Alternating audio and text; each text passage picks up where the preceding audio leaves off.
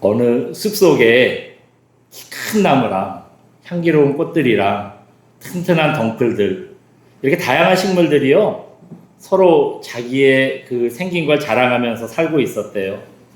그런데 그 숲속에 많은 그 식물들 중에 구석 한켠에 아주 작고 아직도 땅에서 올라오지도 못한 씨앗 하나가 있었다 그럽니다. 얘 이름이요 콩이었대요. 콩만 해서 이름이 콩인가 봐요. 그 다른 나무들이 콩이를 보고 넌 너무 작아서 햇빛도 보지 못하고 자랄 수 없을 거야. 이 정원은 크고 튼튼한 나무들만 살아있는 곳이거든. 이게 참 걱정해주는 말인지 비웃는 얘기인지 뭐 그렇게 나무들이 콩이한테 이 기죽는 얘기만 하는 거예요. 그럴수록 콩이는요 나도 다른 나무들처럼 자라고 싶어, 꽃을 피우고 싶어, 이런 마음이 아주 간절했다는 거예요. 그러던 어느 날입니다. 큰 비바람이 몰아쳐서요 그렇게 자기가 큰 걸 자랑하던 나무들이요 뿌리채 막 뽑혀 나갔대요. 완전 쑥대밭이 됐다는 겁니다. 그런데 콩이는 어땠을까요? 아직 깊은 땅속에 숨어 있었기 때문에 얘는 무사할 수 있었대요. 비가 그치고 이제 자기를 그 가리던 나무들이 없어졌잖아요. 콩이가 햇볕을 받을 수 있게 됐고요. 햇볕을 받으니까 콩이의 몸에서 싹이 나오기 시작했다는 거예요. 마침내 콩이도 그렇게 소원하던 대로 싹이 나고 꽃을 피우고 열매를 맺는 나무가 됐다 그럽니다. 이제 시간이 좀 지났대요.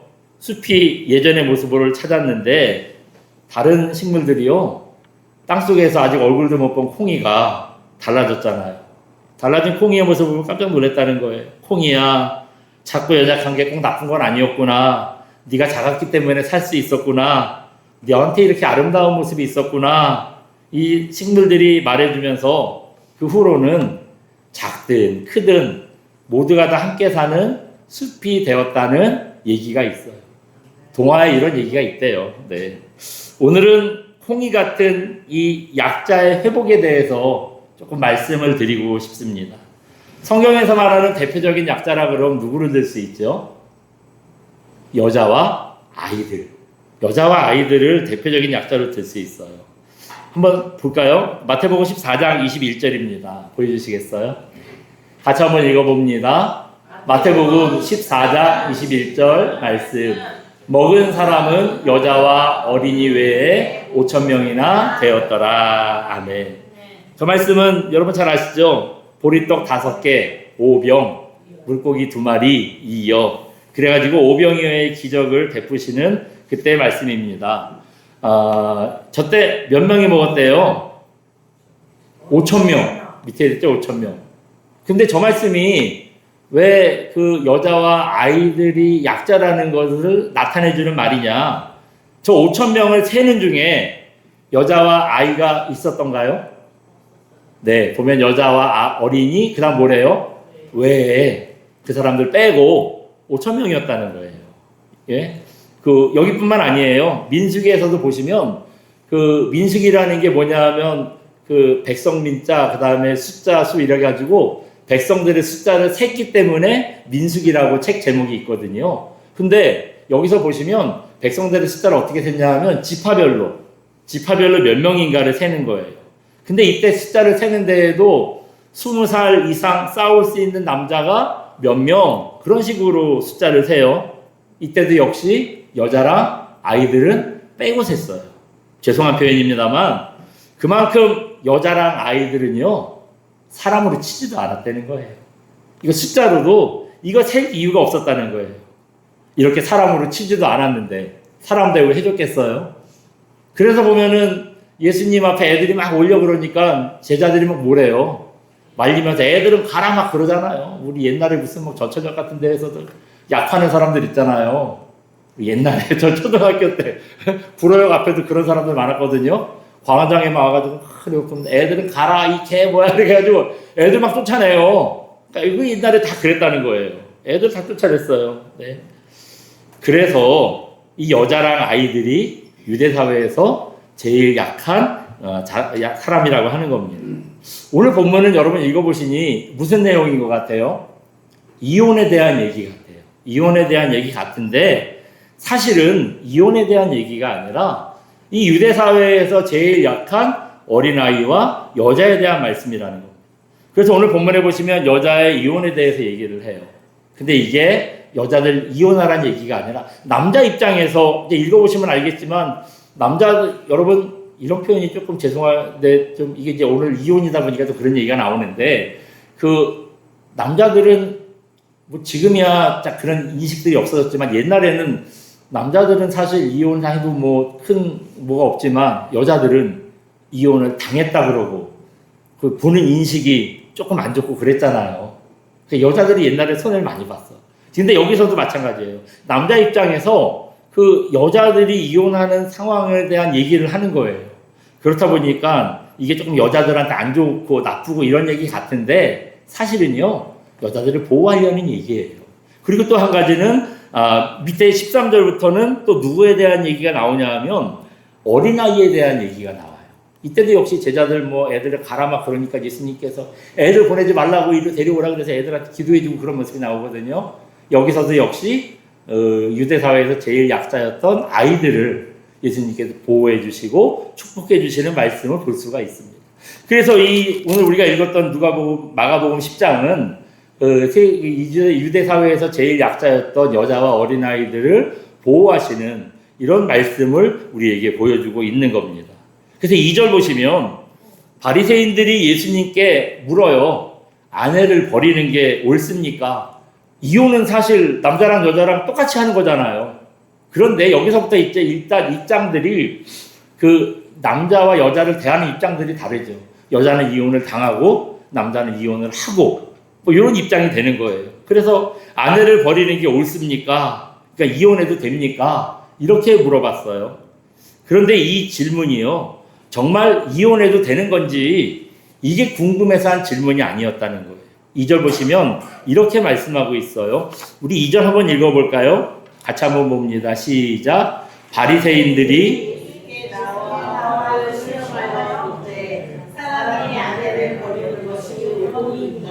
아멘. 예. 여기가 바리새인들이 예수님께 나와 그다음 뭐라 그랬죠? 그를 시험하여 그랬어요. 순수한 마음으로 예수님 이혼하는 게 맞아요? 라고 묻는 게 아니라 예수님을 시험하려고 그랬대요. 시험하려고 그랬다는 게 무슨 말이냐면 예수님을 공경에 빠뜨리기 위해서 그랬다는 거예요. 이혼에 대한 질문이 왜 예수님을 공경에 빠뜨리는 질문이냐. 당시 상황이 좀 그랬어요. 뭐냐면 당시 갈릴리 지방을 다스리던 헤롯 안디바라는 왕이 있었습니다. 이거 분봉왕이라 그래요.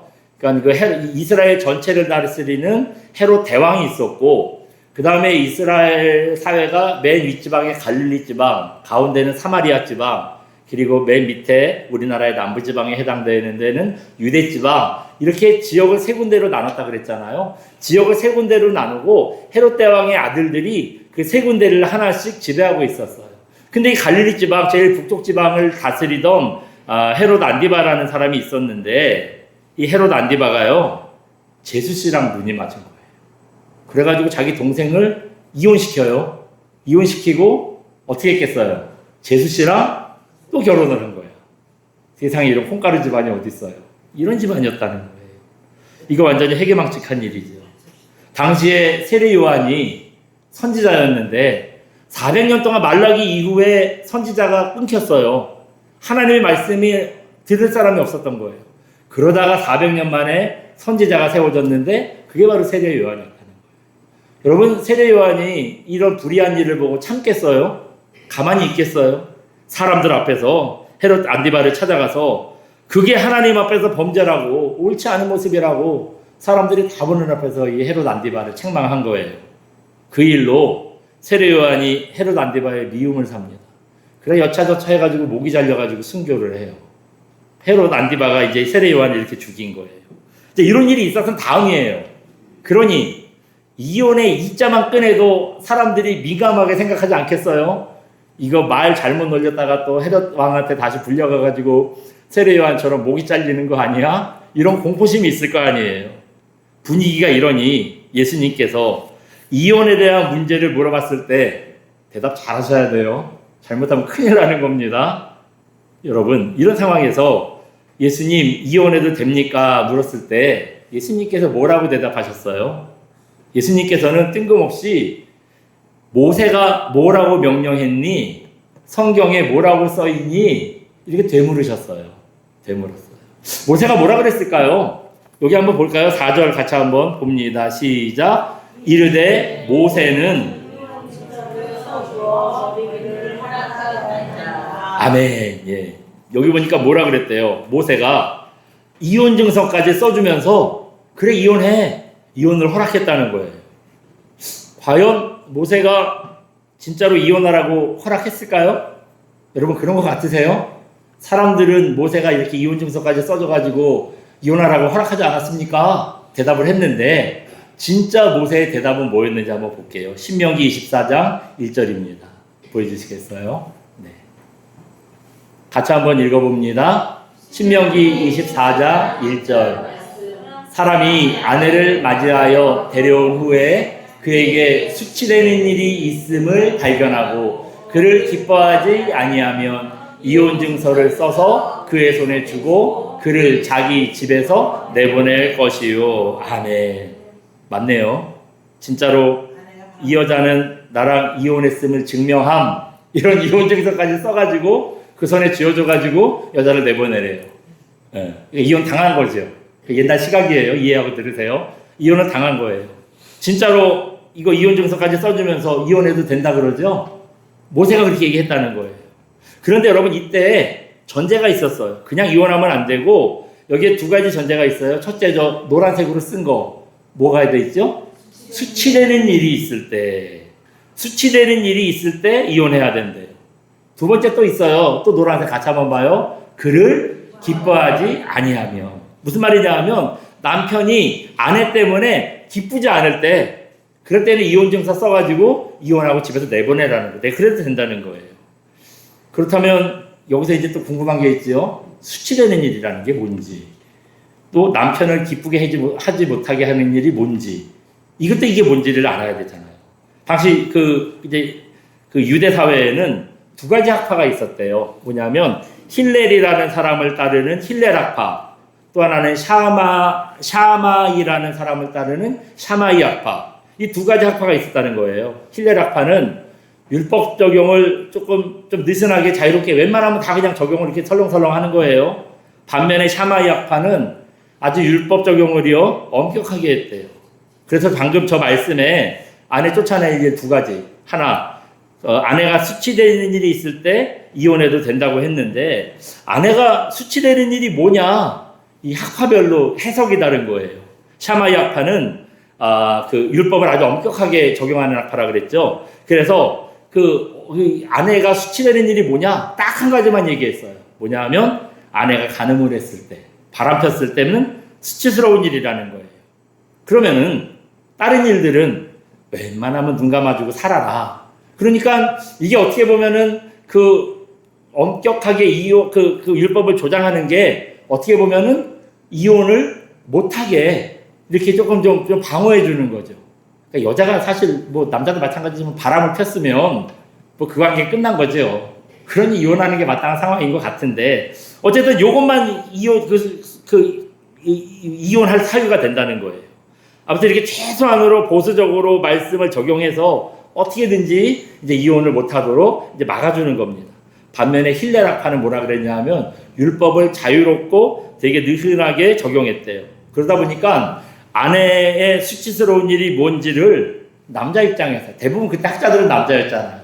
남자 입장에서 그 남자들한테 유리하게 이걸 막 정하는 거예요. 율법을 그냥 느슨하게 대충 정하는데 이거 아주 남자들한테 유리하게 정하는 겁니다. 참 말도 안 되는 얘기인데요. 농담이 아니고 진짜 이래요. 여자가 밥을 태우면 이게 여자는 밥하는 선수를 해야 되는 밥을 태웠으면 창피한 일이래잖아요. 수치를 당할 때 이혼이에요. 음식을 짜게 만들었다. 음식을 몇 년이나 만들었는데 아직도 간을 못 맞춰. 여자한테 수치스러운 일이래. 이혼. 또 말대꾸에도 이혼. 이래도 된다는 거예요. 하나님의 말씀이 그랬다고 적용을 하는 거예요. 예? 진짜 그랬대요. 제 책에도 본 거예요. 제가. 이것만 봐도 참 당시에 여자를 얼마나 막대했는지. 예? 그 여자들이 정말 사회적 약자라고 할 수밖에 없지요. 두 번째 조건 한번 볼까요? 자, 아까 두 번째 조건 뭐랬죠? 그를 기뻐하지 아니하며. 그러니까 남자가 여자 때문에 기쁘지 않을 때에는 이혼 증서 써서 내보내라는 거예요. 이 남편이 기쁘지 않을 때가 뭔지도 이 그 힐레락파는 막정하는 거예요. 뭐라 그랬냐면 아내보다 더 이쁘고 마음에 드는 여자가 생겼어요. 그렇다고 내보내면 돼요, 안 돼요? 그렇다고 내보내면 안 되죠. 근데 이유는 있어. 이러면 남편이 그 젊고 생생한 아내를 보고 왔는데 자기 와이프 딱 보니까 늙었어요. 이러면 기쁘겠어요? 짜증나겠어요? 저기 어디에 맞아요? 그를 기쁘게 아니하면. 남편이 마누라가 늙은 것 때문에 속이 상했어. 마음이 상했어요. 그럼 이제 어때요? 내보내도 되겠죠? 이혼증서 써주고 늙어서 나랑 같이 못 살겠어. 이혼증서 써가지고 내보내도 되겠죠? 예? 제 비유가 아니라 실제로 아키바라는 랍비가 한 얘기를 해요. 이걸 사람들한테 가르쳤다는 거예요. 아내보다 더 이쁘고 마음에 드는 여자가 있으면 남편이 아내를 볼 때 기분이 안 좋으니까 이혼해도 된다는 거예요. 기분 나쁘니까 이혼해도 된다고 가르쳤대. 이렇게 말도 안 되는 일로 이혼 증서를 써주고 이혼해도 된다고 모세가 그런 거예요, 지금. 네? 가제는 개편이라고 모세도 별 수 없구나. 남자 편 드는구나. 우리가 생각할 때 그렇게 생각이 되죠. 그런데 그렇다면 여러분 그 이혼하라는 저 말씀이 남편한테 좋아 보이세요? 아내한테 좋아 보이세요? 얼핏 보면 남편한테 좋은 얘기 같아요. 남편한테 칼자루를 쥐어주는 얘기 같아요. 그런데 실은 그렇지 않았다는 거예요. 이건 남자한테 유리한 얘기가 아니라 여자를 보호하려는 조치였다는 거예요. 왜냐? 그 이혼 증서가 없다는 거는 뭐냐면 법적으로 이혼하지 않고 그냥 쫓아내는 거예요. 집에서 이혼 증서 없이 그냥 쫓아내는 거예요. 집에서 쫓겨났는데 이혼을 안 했어. 그러니까 남편이 있어요, 없어요? 있어. 근데 같이 못 살아. 그러니까 이게 어떻게 되는 거예요? 예? 이거 그 남편이 없는 상태잖아요. 남편이 있는데 법적으로는 있는데 현실은 없어. 그러니까 다른 사람이랑 살 수도 없어. 혼자 살아야 되는 거예요. 평생 독수공방하면서 살아야 되는 거예요. 남편이요 골탕 먹이려고 이혼 증서도 안 써도 집에서 쫓아내버려요. 그러면 이 여자는 남자의 보호도 못 받고 이게 뭐 혼자 독수공방 평생 살아야 돼요. 법적으로 그래요. 또 한 가지는 옛날에는 여자들이 돈 안 벌고 남자들이 벌었잖아요. 경제권이 남자한테 있었어요. 그런데 이 이혼 증서 없이 쫓겨나니 여자가 남편이 없으니까 먹고 살 일이 막막해지는 거예요. 그러면 그래서 이혼 증서라는 건 이혼해도 된다는 이제 이혼했으니까 다시 재혼해도 된다는 법적인 효력이 있는 거래요. 그래서 이혼 증서를 써서 내보내주는 게 여자들한테 감사한 일이었다는 거예요. 그래서 이거 이혼 증서를 써서 보내줘야 다른 남편 없고 그래서 이 남편이 벌어주는 이 돈으로 먹고 살고 보호도 받고 이런 상황이 된다는 거죠. 그래서 이혼 증서를 써줘서 여자들을 보호해주고 법적으로 다시 결혼할 수 있는 길을 열어주는 거라는 겁니다. 여러분 무엇보다도 모세가 이혼을 장려하느라고 괜찮아 이혼 막 해도 돼 이렇게 장려하느라고 이혼 증서를 써준 게 아니라는 거예요. 이 사람들은 이 바리새인들은 마치 그런 것처럼 얘기를 했는데 모세가 그때 그렇게 얘기할 수밖에 없었던 이유가 있었어요.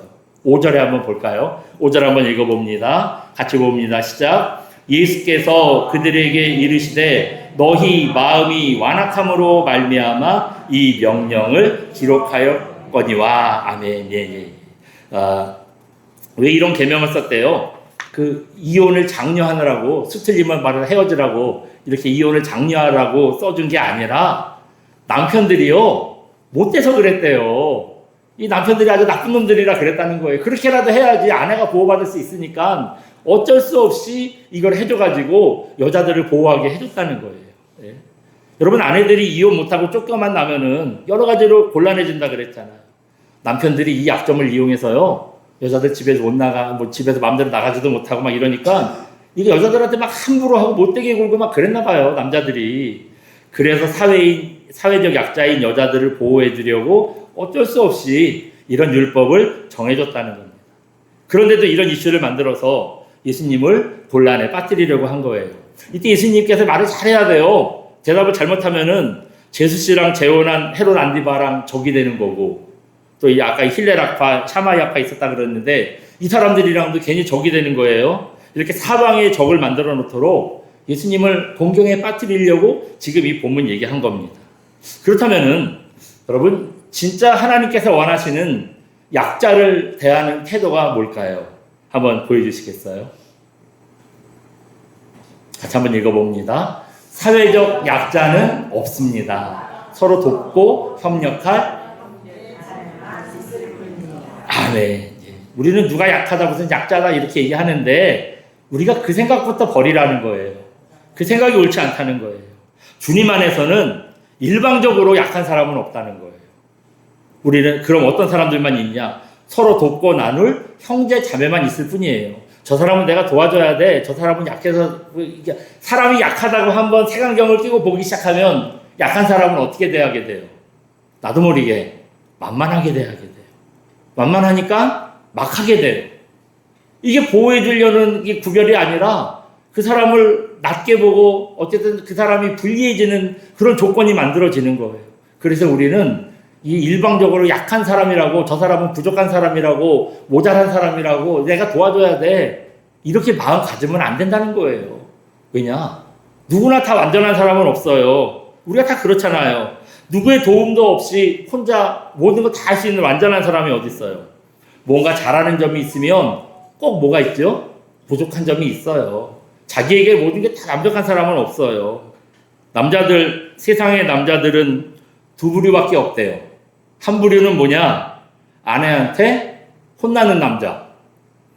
또 한 부류는 뭐냐? 아내한테 많이 혼나는 남자. 둘밖에 없대요. 남자들은 그냥 다 혼나는 거야. 무조건 혼나는 거예요. 예? 여러분, 아무리 박사님이고 사장님이고 달인이고 해도요, 소용없어요. 집에 가면 똑같아. 남편들은 다 아내한테 혼나요. 아마 대통령도 밖에서 그렇게 큰 소리 치지만 집에 들어가면 아내한테 혼날 거려. 네? 그게 우리 세상의 이치예요. 안 혼날 사람이 없어. 예. 근데 여러분, 남자들만 혼날 일이 있고, 아내들은 뭐 부족한 거 없겠어요? 네? 아내들은 뭐 완전해서 남편들 맨날 혼내겠어요? 저도 할 말은 많은데, 여기서 말을 다 못해요. 예. 부부는요, 아무리 밖에서 잘하고 어쩌고 해도 부족한 점이 있어요. 서로 부족한 점이 있어요. 그리고 그 부족함을 서로 돕는 거예요. 서로 돕는 거라는 거예요. 오늘 예수님이 그런 말씀 하셨어요. 약자는 어떻게 우리가 좀 약한 사람들, 소외된 사람들 어떻게 도와줘야 되냐? 8절에 이런 말씀을 하셨어요. 우리 8절 한번 읽어볼까요? 같이 봅니다. 시작. 그 둘이 한 몸이 될지니라 이러한 즉 아니요 한 몸이니 아멘. 여기까지만 봅니다. 예. 여기 보니 뭐라 그랬어요? 남자랑 여자가 부모를 떠나서 결혼하면 둘이 뭐가 된대요? 예. 이제는 둘이 아니래요. 남편 아내 둘이 아니라 부부 하나가 되는 거예요. 한 몸이 됐으면 그 다음에 이제 달라지는 얘기예요. 손이건 발이건 한 몸이면 서로 도와야 되잖아요. 그래야 건강한 몸이 되는 거지. 눈은 눈대로 손은 손대로 네 일은 네가 알아서 해. 나는 나만 잘하면 돼. 이러면 몸이 온전해지겠어요? 팔은 너무 센데 다리가 약해가지고 잘 걷지를 못해. 그리고 팔이 아무리 센 게 무슨 의미가 있어요? 다리는 막 쌩쌩한데 맨날 머리가 아프다 그래서 막 다리가 쌩쌩한 게 무슨 의미가 있어요? 온몸이 완전한 조화를 이루려면 서로 도와주고 보완하는 모습이 돼야 한다는 거예요. 부부가 일하는 거라는 거예요. 그래서 하나님께서도 말씀하셨잖아요. 창세기 2장 18절에 이런 말씀을 하셨어요. 한 번 더 보여주세요. 같이 한번 봅니다. 창세기 2장 18절 말씀. 여호와 하나님이 이르시되 사람이 혼자 사는 것이 좋지 아니하니 내가 그를 위하여 돕는 배필을 지으리라 하시니라. 아멘. 예. 자, 하나님께서 아담에게 하와를 지어주실 때 하신 말씀이에요. 왜 하와를 만들어 주셨대요? 저기 노란색 보면 돕는 배필을 지으셨대요. 돕는 배필이 되라고 지으셨대요. 그런데 이 말씀이 꼭 아내만 남편을 도와줘라. 혼집 내지 말고 아내들 남편 좀 혼집 내지 마시고 남편들 좀 도와주라고 이런 말 하셨겠어요? 남편들은 그러면 아내 안 도와줘도 된다는 얘기예요? 그게 아니잖아요. 저 말의 의미는 아내들만 남편을 위해서 헌신하라는 뜻이 아니라 남편들도 아내를 위해주고 아내의 부족함을 채워줘야 한다는 겁니다. 한번 잠깐 보여주시겠어요? 저분 이름이 뭐래요? 프란시스 휴버라는 사람이에요. 스위스 생물학자입니다. 저분이 되게 유명한 생물학자라는데 꿀벌의 생태에 대해서 옛날에 책을 한 권 썼어요. 어떤 책이냐면 한번 잠깐 보여주시겠어요? 네. 저체결입니다. 우리나라에 번역된 건 없나 봐요. 한번 찾아봤더니 저렇게 외국 얘기만 나오더라고요. 책 표지래요. 책이 얼마나 꿀벌에 대해서 정확하게 알려주는지요. 저분이 연식이 꽤 된 분이거든요. 200년 전에 책을 냈는데 지금까지 사람들이 벌에 대해서 관심을 가지면 저 사람 책을, 저 휴버 책을 꼭 본다는 거예요. 저 책을 꼭 본다는 거예요. 근데 놀라운 사실이 있어요. 뭐냐 하면 저 책을 잘 써서 놀라운 게 아니라 프란시스 휴버가 저 책을 지은 사람이 앞을 못 보는 시각장애인이었다는 거예요. 그냥 소설을 썼다면 앞이 안 보여도 쓸 수 있죠. 불러주고 뭐 그냥 누가 더 대신 써줘도 되잖아요. 자기만 머릿속에 소설에 대한 스토리를 쫙 풀면서 이제 써줘도 되잖아요. 근데 이건 뭐예요? 이 책은 그냥 소설이 아니죠. 이게 관찰한 과학책이에요. 어떻게 앞을 못 보는 분이 벌을 관찰해서 저런 좋은 책을 썼을까요? 그 비결은 뭐냐 하면 아내 마리 롤랭 덕분이었다는 거예요. 10대 때 둘이 만났대요. 근데 10대 이후에 그 프란시스 휴버가 병이 걸려가지고 점점 눈이 안 좋아지는데 의사가 진단하기를 학생 앞으로 계속 눈이 안 좋아져서 결국에는 시력을 잃게 될 거야. 그렇게 얘기했다는 거예요. 그런데에도 이 롤랭이요, 마리 롤랭이 그거 알면서도 결혼을 했대요. 그래서 평생 프란시스 휴버의 아내로, 비서로, 관찰자로 남편을 도왔다는 거예요. 그 덕분에 휴버가 저렇게 세계적인 생물학자가 됐고 저런 놀라운 책을 기록할 수 있었다는 겁니다. 그럼 부부가 이런 거죠. 서로의 부족함을 돕고 채워줄 때 온전한 부부가 될 수 있고요. 이게 꼭 부부만 얘기하는 게 아니잖아요. 연약한 형제를 대하는 우리의 태도가 바로 그래야 한다는 겁니다. 하나님께서 우리에게 은사를 왜 주셨느냐? 고린도전서 12장 25절에 은사를 주신 이유를 말씀하시는데요. 서로 돌보게 하려고 은사를 주셨다 그랬어요. 서로 어떻게 하라고요? 돌보게 하려고 은사를 주셨대요. 내가 좀 잘하는 게 있으면 여러분 그거 은사 맞아요. 내가 좀 관심이 있고 잘하는 게 있으면 여러분 그게 여러분의 은사입니다. 근데 이거 내가 잘한다고 자랑하라고 여러분 준 게 아니라는 거예요. 내가 잘하는 걸로 부족한 사람들을 도와주라고 준 거라는 거예요. 그러라고 은사를 준 거래요. 지혜를 은사를 주셨으면 내가 똑똑한 거 자랑하라고 준 게 아니라 지혜롭게 도우라고 주신 거예요. 혹시 나는 뭐만 하면 자꾸 돈이 생겨. 이게 돈의 은사를 받은 거예요. 이것도 돈 자랑하라고 주신 게 아니라 물질로 도우라고 은사를 주셨다는 거예요. 이게 바로 형제를 돕고 서로 부족함을 채워주는 것이죠. 오늘 우리 교회가 설립된 지 18년째가 되는 날입니다. 매년 설립 예배를 맞이하면서 우리 교회가 어떤 교회가 되어야 될지를 생각하게 되는데요. 이제 우리에게는 여러분 일방적으로 저 사람은 약해 이런 시각을 버리시기를 바랍니다. 서로 돕고 나눌 수 있는 형제만 있다는 것, 이걸 꼭 기억하시는 저 여러분 되시기 바랍니다.